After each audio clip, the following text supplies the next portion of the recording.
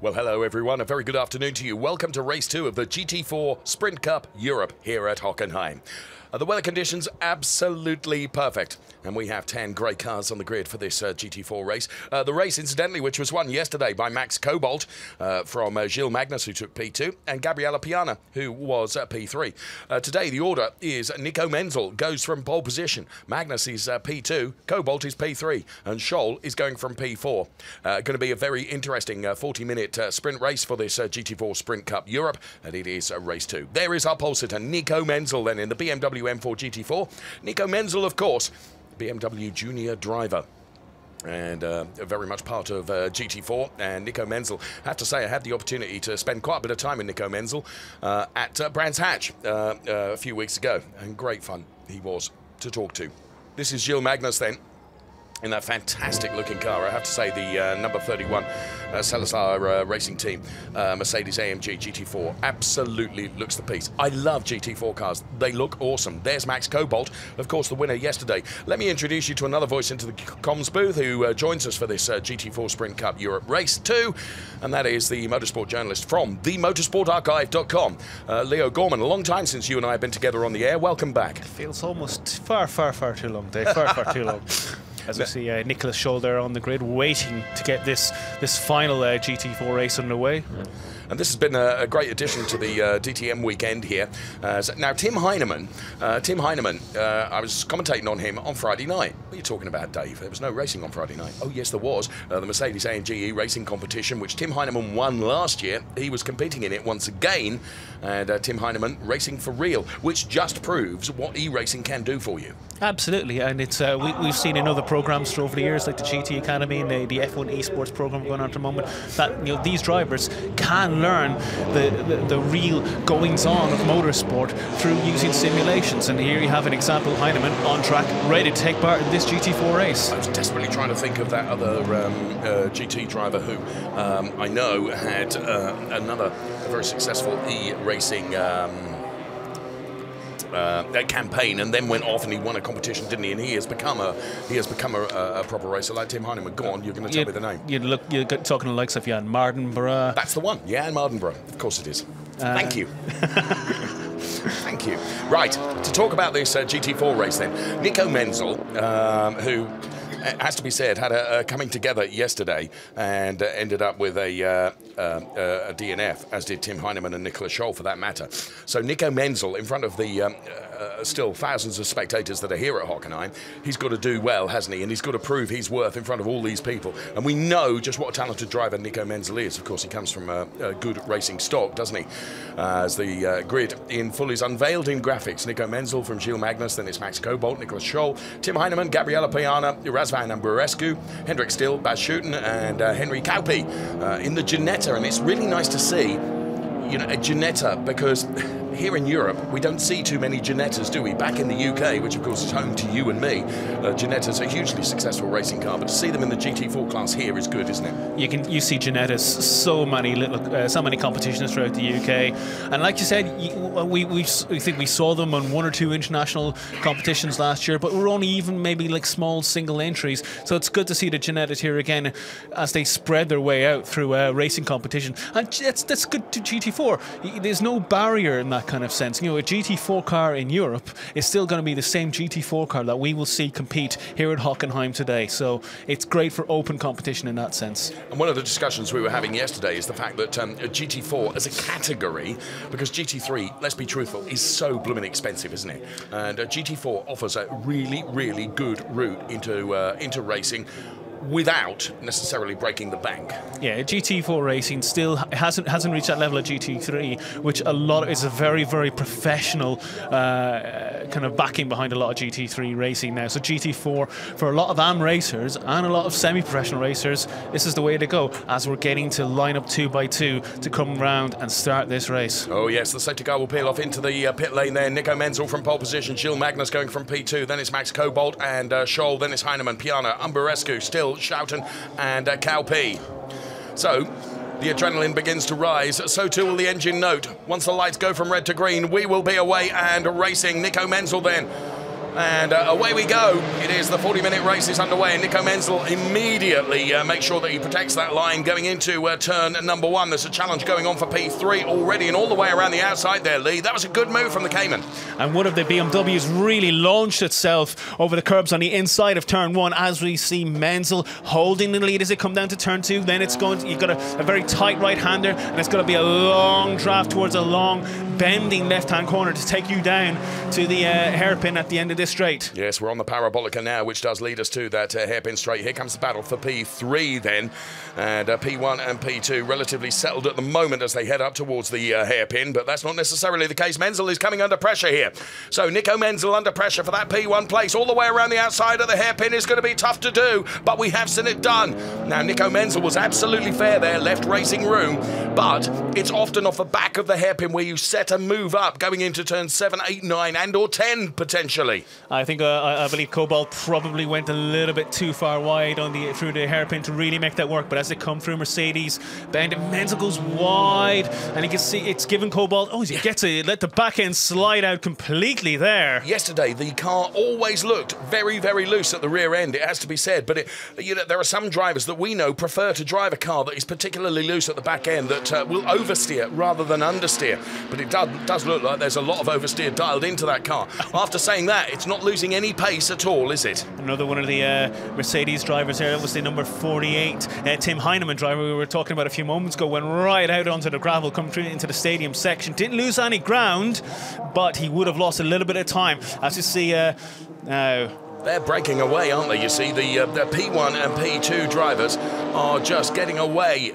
As you can see, as they cross the timing line now, Nico Menzel leading from Magnus, who is P2, then it's Piana P3, as indeed he was yesterday, then it's Scholl, Cobalt is P5, then it's Heinemann, Still, and Ambarescu with Schuten and Kaupi bringing up the rear of the pack at the moment. But Nico Menzel is under pressure here from that driver from Celislaw Racing Team, that Gilles Magnus Mercedes-AMG GT4 is not letting Nico Menzel get up the road. They are only 3 or 4 tenths apart, Lee. And you can really see Menzel actually grabbing the inside of the corner. They're really getting 2 wheels on the grass as they came round, a little left-hand kick leading onto this parabolica. Now, is Magnus going to get a run down here? I think he might, but Menzel protects the middle of the road.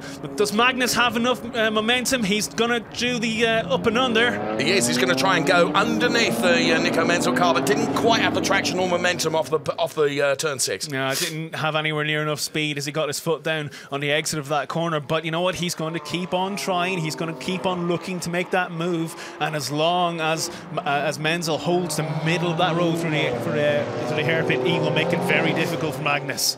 Nico Menzel then, he's having to focus really hard on defending that P1 position at the moment, and he's doing that very, very well. As I mentioned at the pre-program, Nico Menzel, a BMW junior driver, very much on the program. And there is Tim Heinemann then, who is really having a go at Cobalt then, ahead of him. And here, now we can see Magnus is getting ever closer to Nico Menzel. Now here, that Sachs turn is like a NASCAR turn, isn't it? You can go low, you can go high.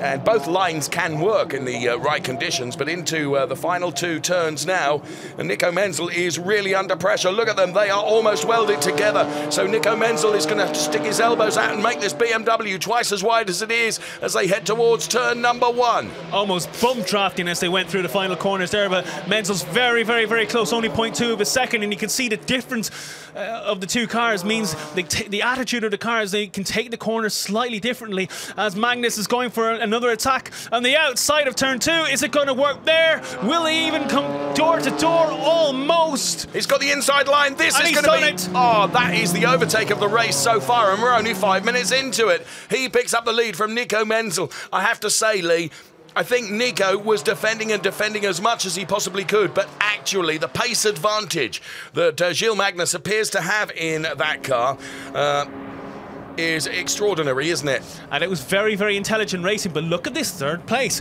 Piana's right there now, and one of the other BMW M4s run by Orion Vision, actually Menzel's teammate. Now he's actually drawn right up to the bumper of Magnus as well, so maybe Magnus is not able. Oh, as we see Magnus getting very close to the leader.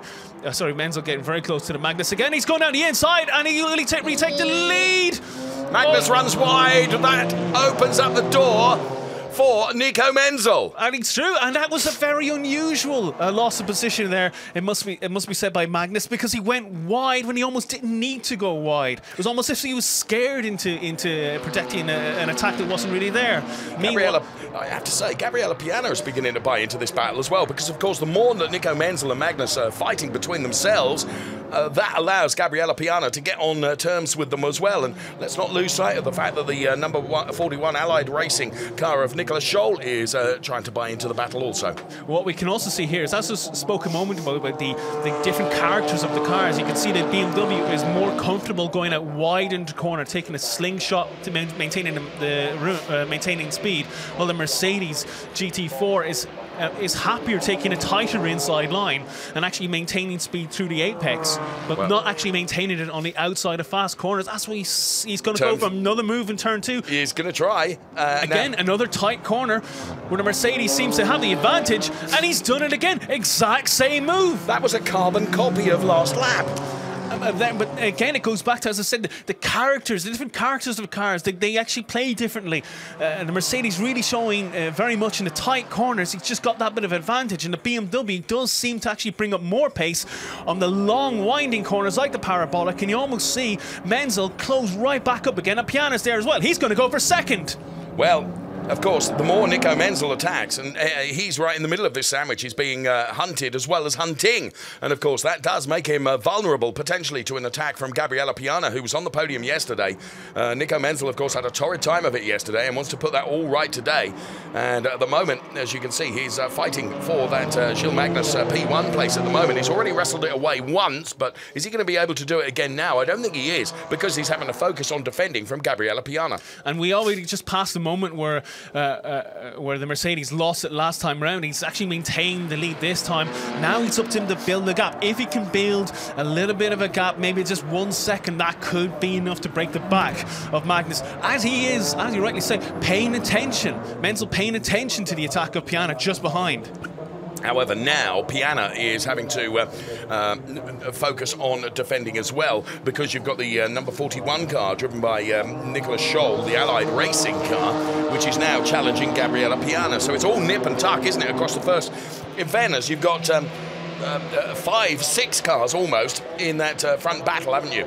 Rounded out by Tim Heinemann, who is running in P6. Cobalt is P5, Scholl is P4, then it is Piana, Menzel, and Magnus, then the 1, 2, 3 in reverse order, it has to be said. So lights being flashed there by Gabriella Piana, but he's not really close enough. And then side by side, this is Tim Heinemann. Was that the number 42 car? No, it wasn't.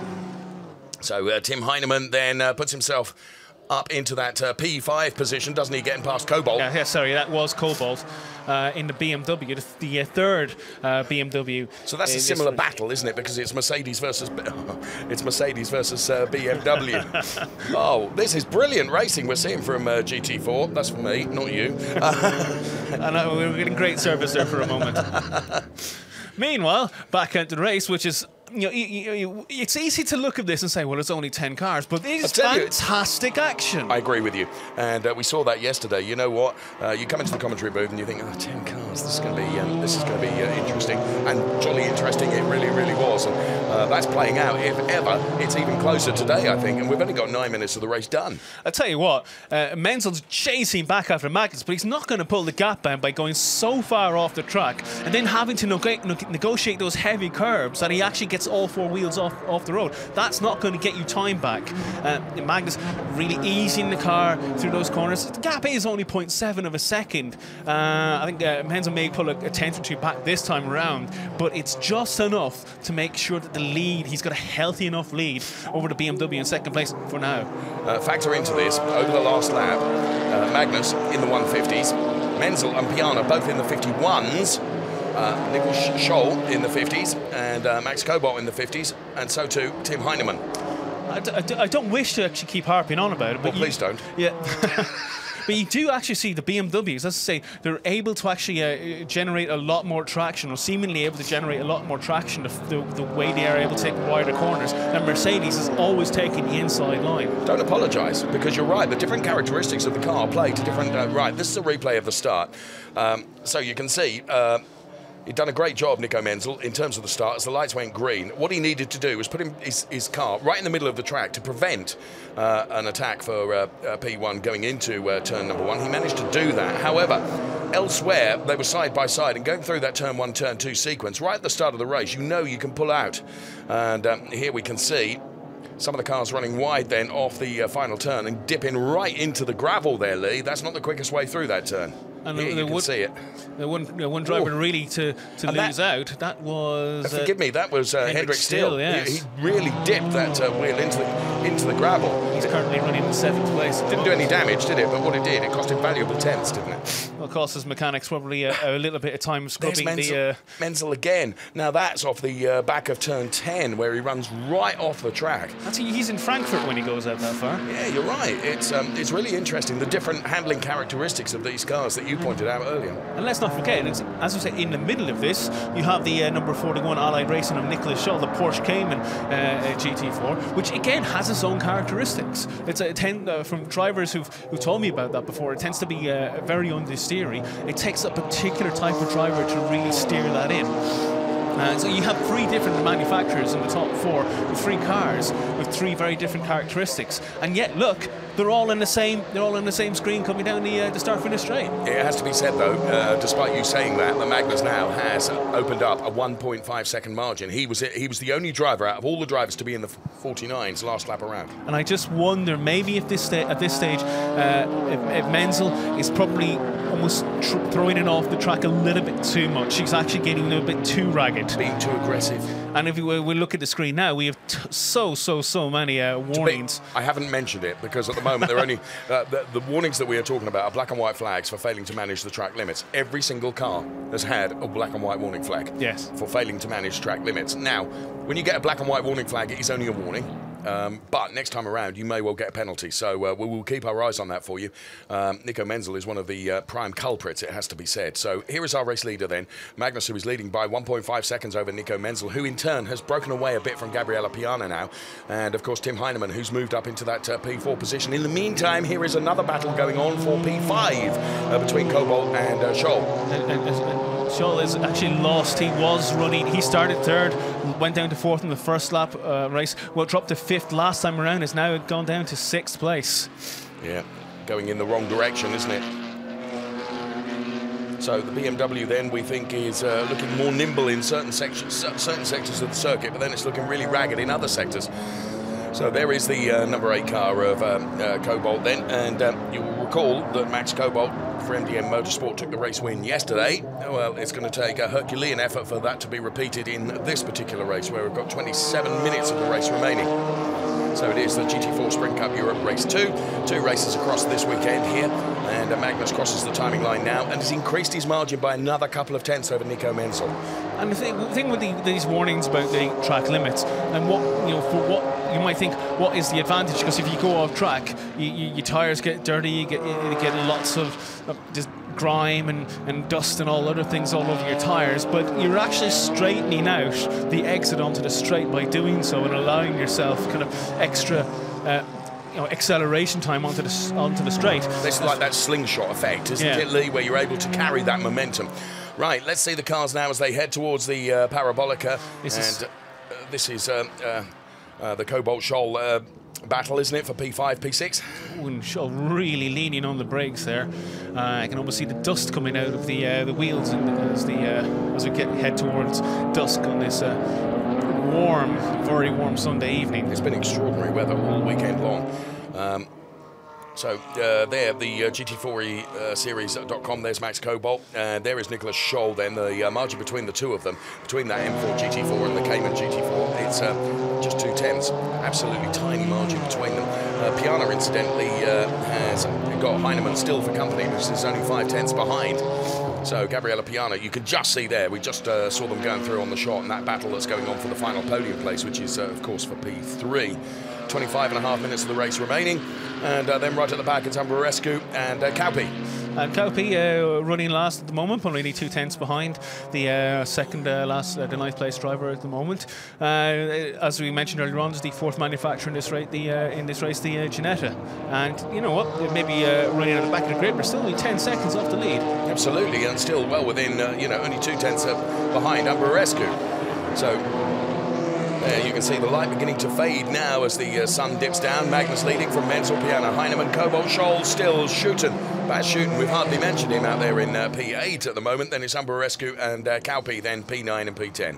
I don't necessarily think, as we see, there's a move here, and that's it is Heinemann getting past Piana for third place. He's done it. I told you just a few moments ago he was merely tenths between the two of them, and Tim Heinemann has put himself ahead and is into a provisional podium place now if he can stay this way. But I'll tell you what, Max Cobalt is coming back at him here at the Parabolica as they head up towards the hairpin. Max Cobalt to the outside, Tim Heinemann in the inside. Gabriella Piana, not Max Cobalt, what am I talking about? So, Tim Heinemann, well, he really squeezed him there. I mean, he's allowed to defend, isn't he? Well, they both, it cost them both really, and we see in the background there Scholl going off well wide again as Piana looking. You can see again in this instance the different racing lines are taking. I'll tell you what, Gabriella Piana is not giving up on this battle, Lee. And Heinemann is defending with all his might.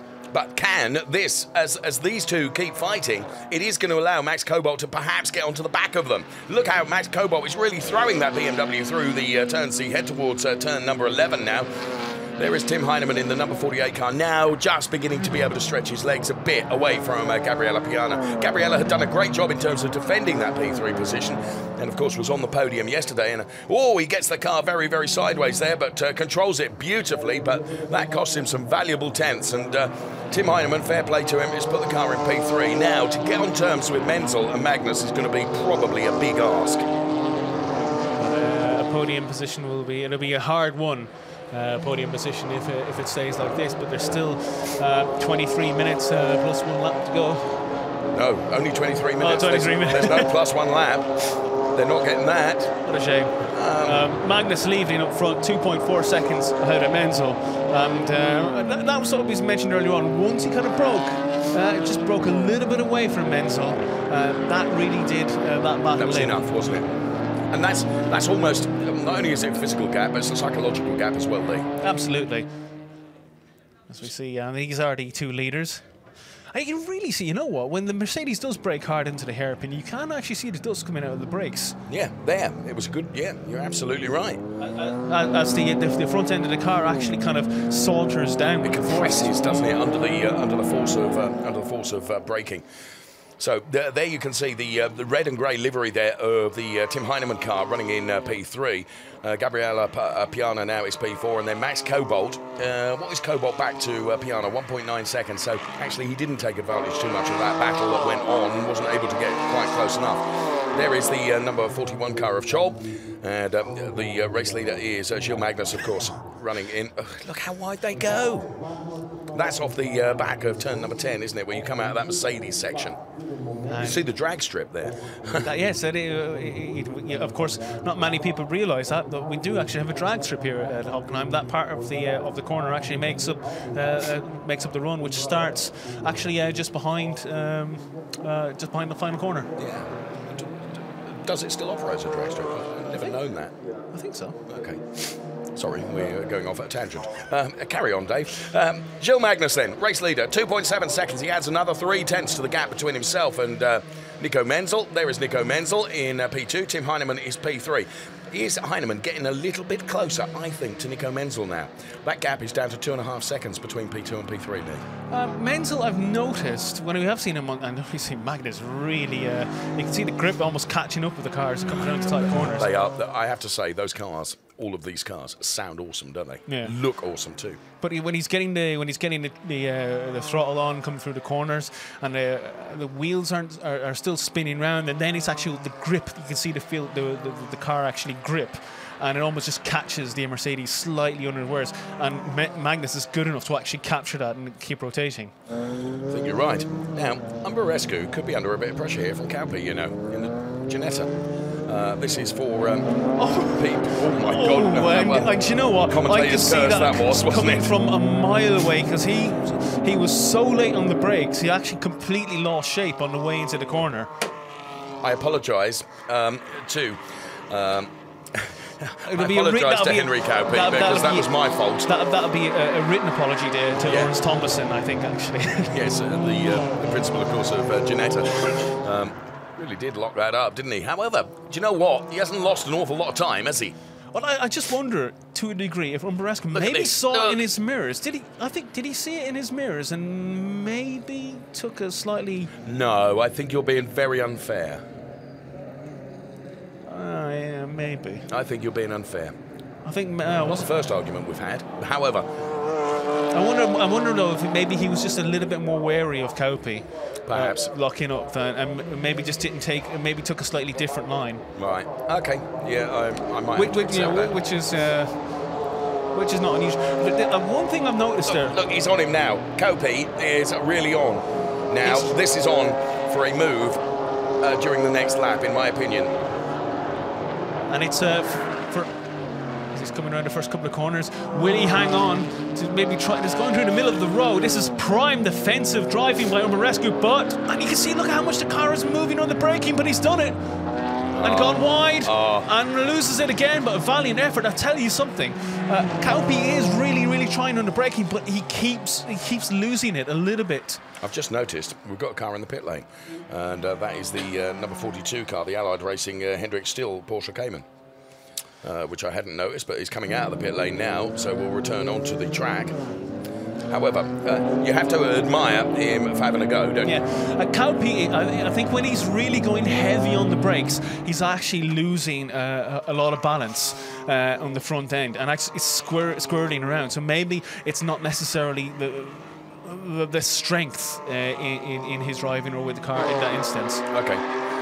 Well, Cowpea, but still, valiant effort. Yeah, valiant effort. Umberescu now has breathed a sigh of relief, hasn't he? And he's in the 111 car. There is the Henry Cowpea car, then the Ginetta G55 GT4 car. I'll tell you what, it's not like he's lost a ton of time. No, and he's reeling him in once again. This is our race leader. Apologies that we've not seen him too much, but that's because everything else has been happening behind. Magnus has just been quietly going about his job, and last time around he was 2.8 seconds over Nico Menzel. And as Nico Menzel heads towards the timing line, we'll give you an update in terms of the gap between P1 and P2, and it is 2.7. So Nico Menzel has actually pulled a 10th out of the Gilles Magnus time. And Heinemann taking a black and white flag.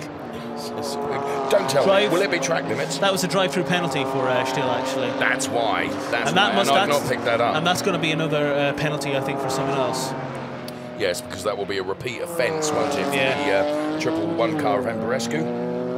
So, all of a sudden, Cowpea is not going to have to fight too hard. And the other thing we must realise is, as we mentioned earlier on, we've seen pretty much every single driver get at least one black and white flag so far in this race. Yes. We're possibly, as we've seen with Still, maybe getting to the point in this race, and we're still 17 minutes of the race. We're only just over halfway through this race. Yes. It's not inconceivable. We may still see a few more pit lane penalties.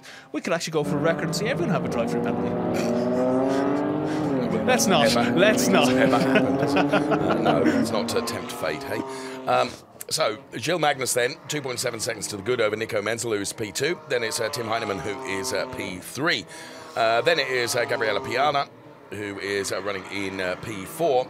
And the 111 car that you're looking at there is the car of Umberescu, who is still ahead of Cowpea.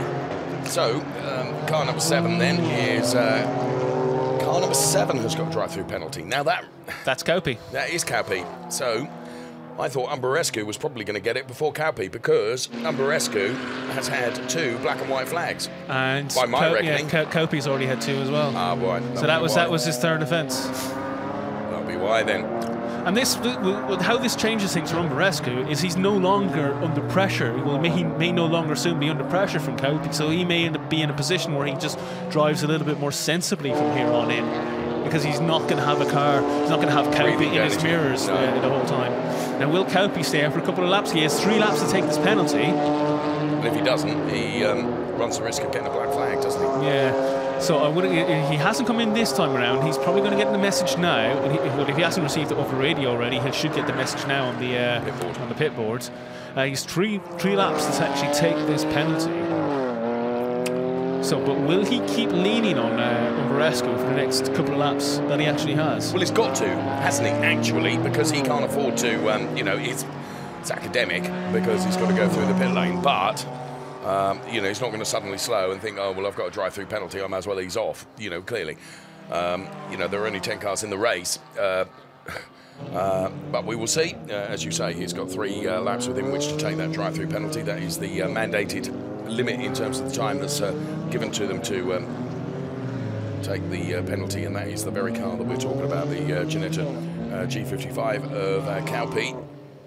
So we were talking about Ginetta and Lawrence Tomlinson. Presumably Lawrence would be very pleased that these cars are getting the exposure now in Europe, Lee. Absolutely. You know, as I've said earlier on in the race, they've had an awful lot of exposure in the UK. But you know, Ginetta, they want to sell cars. You know, they are a racing company, they are a racing business, and they want to sell cars to customers to go and race. Yes. And you know, it's proved to be a very, very successful business at GT3 and GT4 level so far. And of course, it's responsible for bringing junior drivers through too. Absolutely, because in the UK they have the Ginetta Junior Championship. Yes. Which is we've seen drivers. I think was it Jamie Chadwick.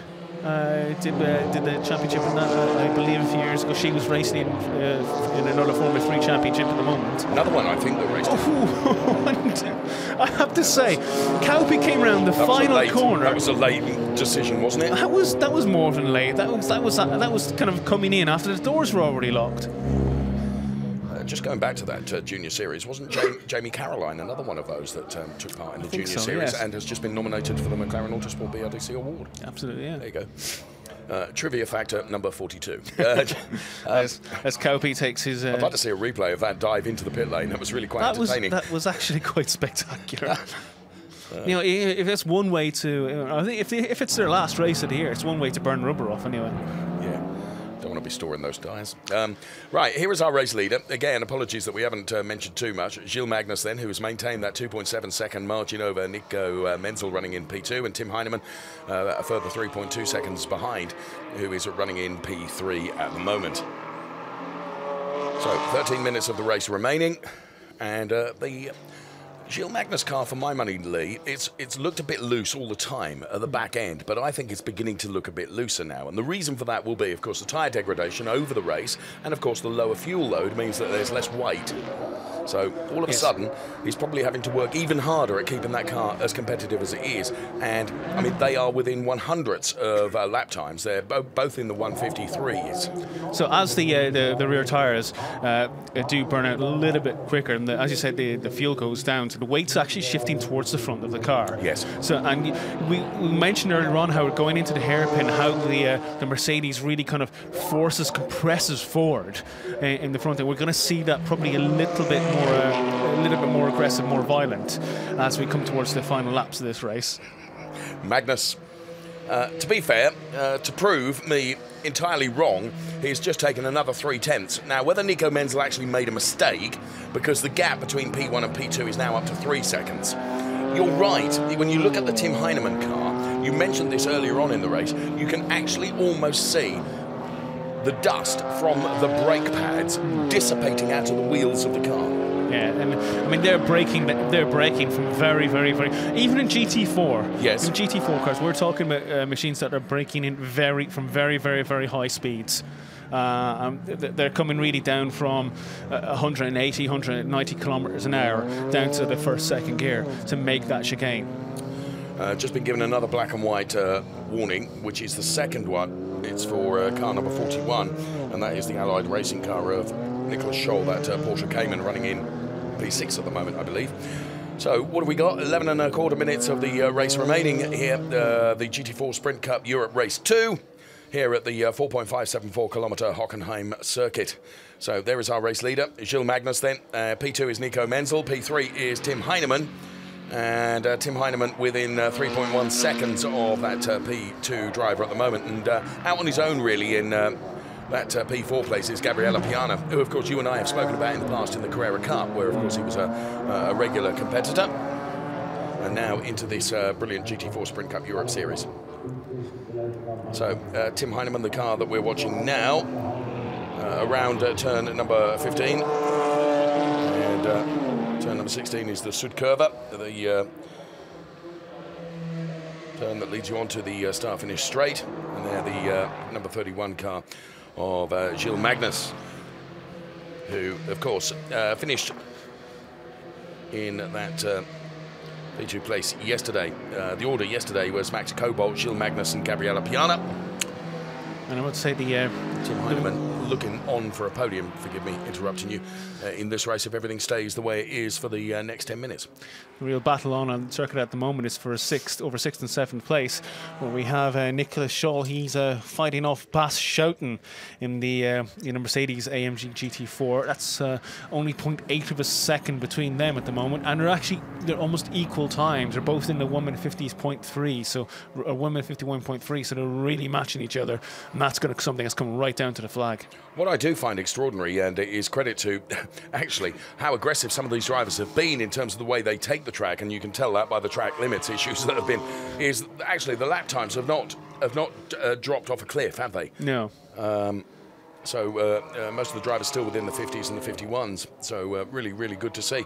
So Gilles Magnus then 3.5 seconds to the good over Nico Menzel, then Tim Heinemann, then Gabriella Piana and Max Cobalt, then Nicholas Scholl and Bas Schouten. Umberescu is P8, and then it's the number 42 car of Hendrik Still, with Kaupi running in that P10 place following the drive-through penalty. So we've had 2 drive-through penalties, which, given the number of black and white flags that we've seen, is actually remarkable. I expected to see possibly more than those. Well, I think, to be fair, we're now at the stage of the race. We're coming into the final quarter, nearly the last 20% of this race. And I think that a lot of the drivers have gaps between them, so they're not pushing at 110%, as we would have seen in the first half of this race. They're kind of making sure their cars are kind of take the way home. As we really see Heinemann. Tell you what, forgive me interrupting you. Nico Menzel, last lap around, he was significantly slower than both Magnus ahead and Heinemann behind. That's what it's actually. Heinemann has gone from 3 seconds behind the race leader to 4 seconds, and Heinemann's only 1.8 behind Menzel at this stage. What it could have been a mistake that Nico Menzel made that we didn't see. So we'll just keep our eyes on that, because Tim Heinemann now, as you say, just 1.8 seconds behind Nico Menzel as the cars head up to the hairpin then. This is a fantastic part of the circuit, and you can see visibly now just how much closer Tim Heinemann is getting to Nico Menzel. So we think Gilles Magnus is pretty safe there with 7 3/4 minutes left to run. But look at this, under braking going into the hairpin, Tim Heinemann getting even closer to Nico Menzel. There you can see the gap between Gilles Magnus and Nico Menzel. Menzel's pace is going away, Lee. And it's I think must be trying his best to maintain it to the end of this lap. But I think Menzel is definitely maybe beginning to struggle a little bit. Heinemann took another 10th out of Menzel at the first sector, and took another 10th out there. So it's going to be in around 1.5 seconds. As you see, Menzel going very wide there. Look at the over the last 3 laps, it's gone from 3.1, 2.5, now 1.8. But actually, the reason I exhaled breath in the loud manner that I did was Gilles Magnus is really still having to hold on to that car. You know, it's not easy driving this in the lead. But Tim Heinemann is definitely getting very much closer now, and there could be a fight on for P2 before the end of this race, Lee. It looks a lot. Heinemann looks a little bit more stable through certainly through some of the slower corners. Although the gap is down to 1.4 seconds. So it's another 4/10, isn't it? But we are running out of time, aren't we? Yeah, there's only 6.5 minutes left. You know, as the old saying, as Murray Walker would always say, catching is one thing, passing is quite another. Of course it is. But Heinemann is definitely catching, and he just looks like through the lower to medium speed corners, he just has so much more traction through those bends. Carry on, I'm busy.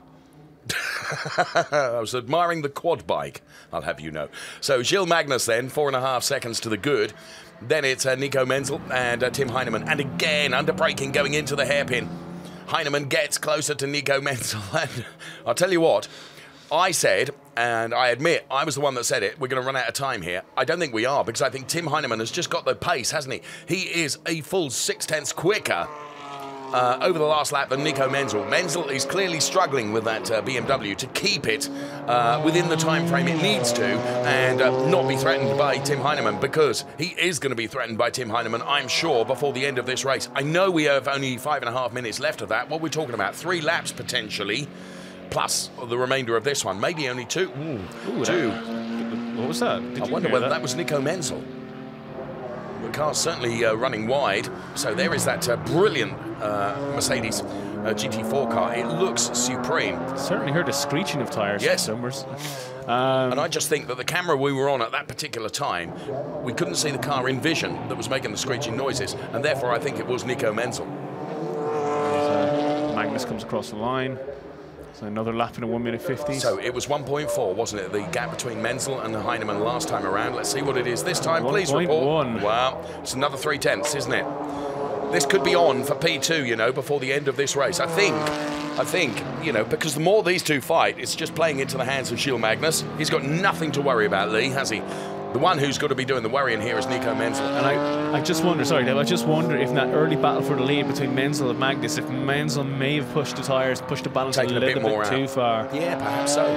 Because as we were mentioning, when the BMW seemed a lot more confident in the long, winding, faster corners, yes, well, you're actually probably scrubbing a lot more off the tyres in some of those corners. But at the same time, we saw also sort of Mercedes braking much harder into the hairpins and tight corners as well. So it's just as you were mentioning that, we saw that being played out as Tim Heinemann really under braking got ever closer to Nico Menzel. The one thing Heinemann needs to dispatch Menzel quickly. He can't risk getting caught behind the BMW, because it'll just become so difficult to actually make an overtake, especially with only 3 3/4 minutes left. So he's got to reel in and pounce straight away. He's got to do it in one move. He's got to try and take Menzel completely by surprise. He's only going to get one chance, isn't he? If he gets that chance, because we've only got 3.5 minutes remaining. There is the race leader, Gilles Magnus. There is P2, Nico Menzel. There is the fast-charging, hard-charging Tim Heinemann. Now look at these 2 corners.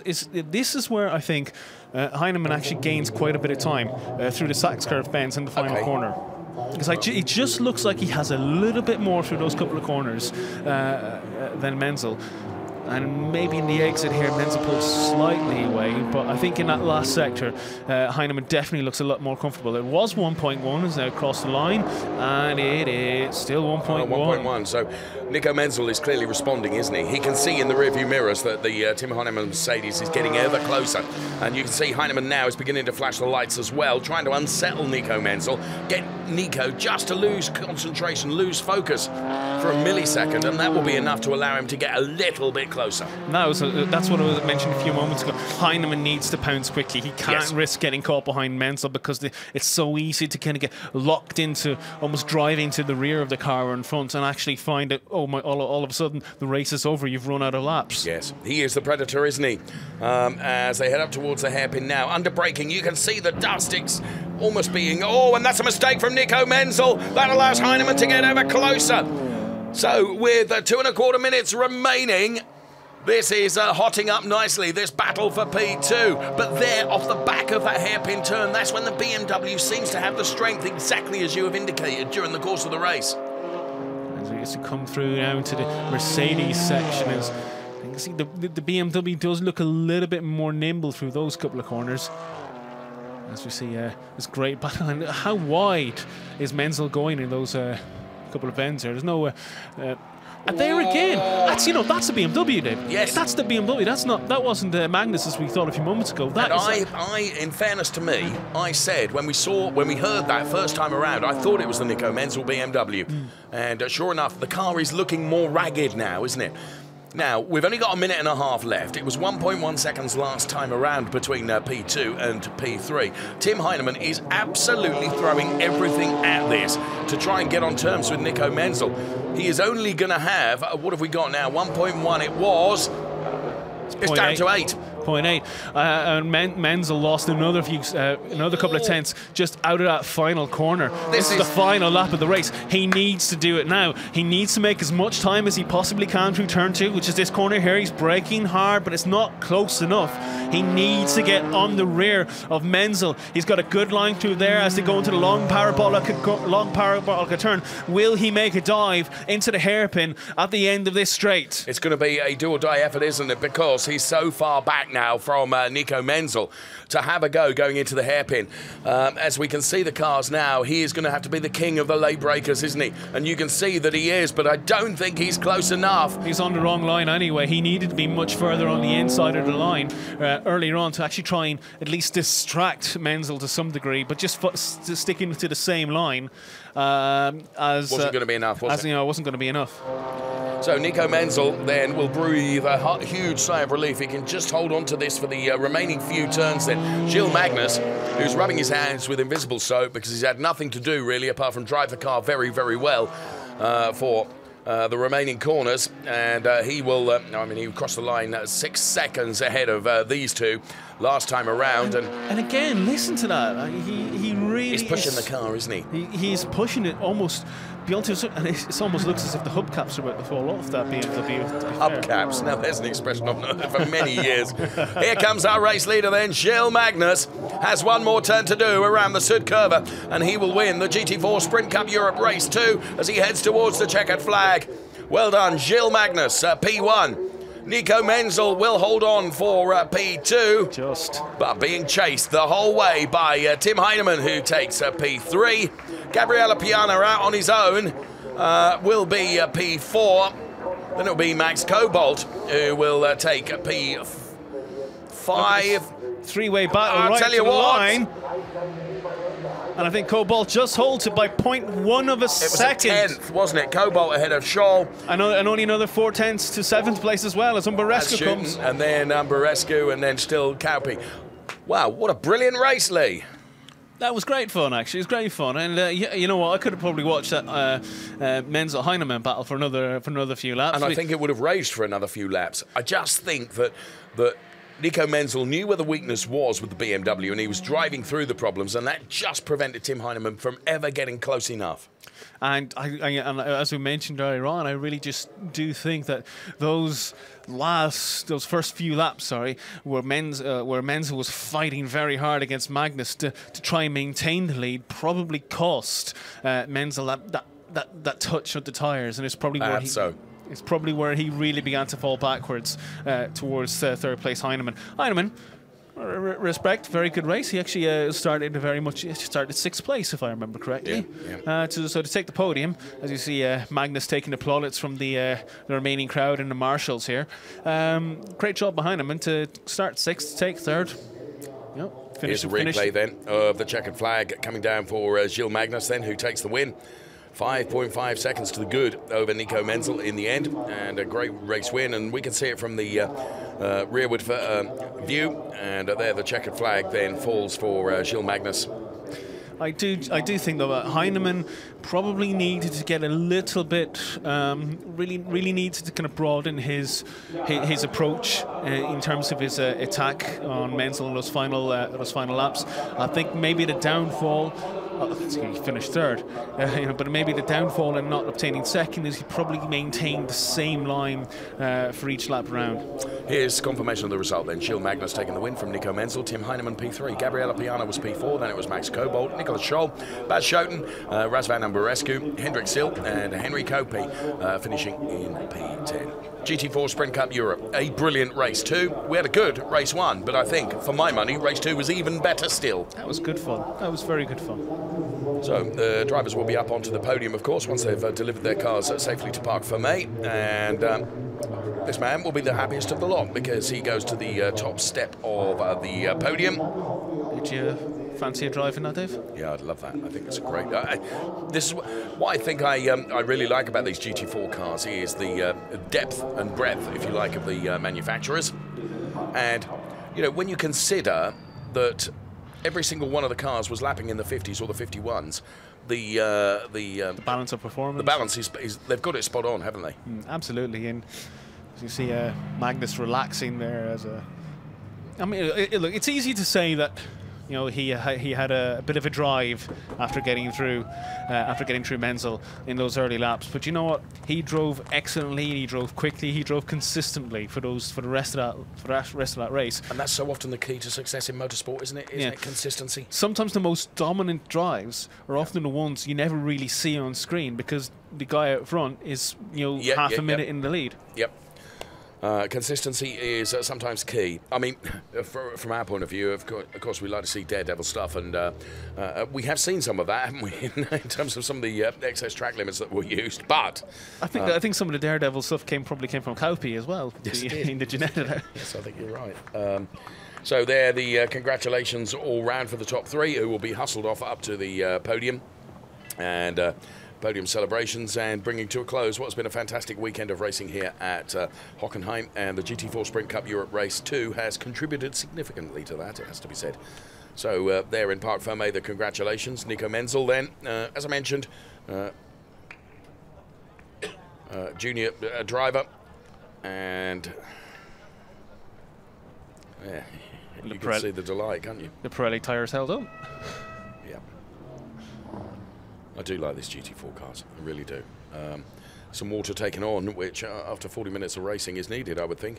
Because they're very physical, aren't I was about to say that exact same thing. They're very physical cars. They're not something that you might think, well, they're only doing 1 minute 50s around here, but they're actually quite a lot of muscle to actually... I couldn't pedal it in the time. But they're quite a lot of muscle to actually throw around a circuit. Yeah. So baseball cap is donned, and the drivers will be hustled up the stairs to the podium. Let's take super slow-mos to the top three. Tim Heinemann takes P3. It's Mercedes-AMG GT4. Drove a very good race, starting 6th place to come home 3rd. P2 went the way of the BMW M4 GT4 and the BMW junior driver, Nico Menzel. Started on pole position, had a fantastic battle with the eventual race winner in the early laps, but fought off a fight from Heinemann in the final laps to come 2nd. Taking the win in a dominant style by 5.5 seconds for the Mercedes-AMG GT4, Gilles Magnus. Started 2nd, as we just mentioned a few moments ago, battled hard, had a few overtakes with Menzel in the early laps, but once he was in the lead, he pulled out a gap to win by 5.5 seconds.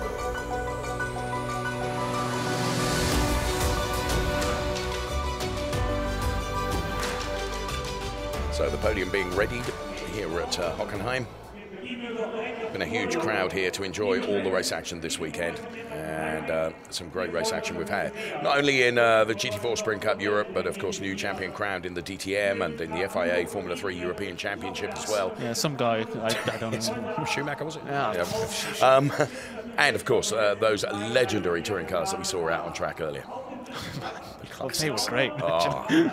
You know, actually, what's quite impressive is also quite a number of people actually hung around for these GT4s. I mean, right. I mean, and you know, it's one of the things I really do appreciate about the races here is, you know, people don't leave after the DTM. They actually hang around, stick for these GT4 races, the classic touring car races, and it's a good thing to see. So on to step 3 goes Tim Heinemann. Here comes Nico Menzel. Whether you know, Nico's a fair footballer as well. He invited me to a five-a-side game when we were together at the UK. I chose not to take part. Gilles Magnus then on the top step of the podium. You didn't want to show them up, right? Well, quite. National anthem is going to play out for Gilles Magnus, but first of all, of course, the team represented on the podium as well. And the RN Vision STS team is the anthem.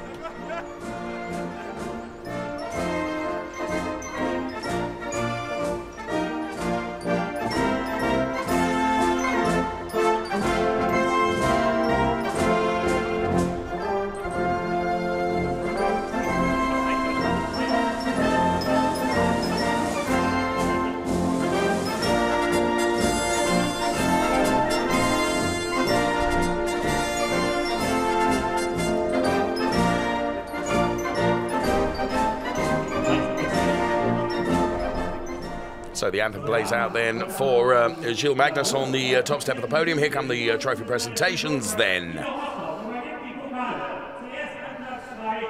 as the baseball caps are returned to head. So P3 presented first of all to Tim Heinemann. Ooh. Pleased with that. He had a rotten time of it Friday night in the esports racing competition where he was hopeless. Ironically. Well, yes, he won it last year. But no, I mean, as we mentioned earlier on, started 6th in this race, taking the podium. Very, very good effort. P2 then for Nico Menzel. Menzel happy, but probably mulling over the fact that he did start on pole. I think the Menzel family mantelpiece will be bowed with the number of trophies, won't it? And taking the race win then, Gilles Magnus.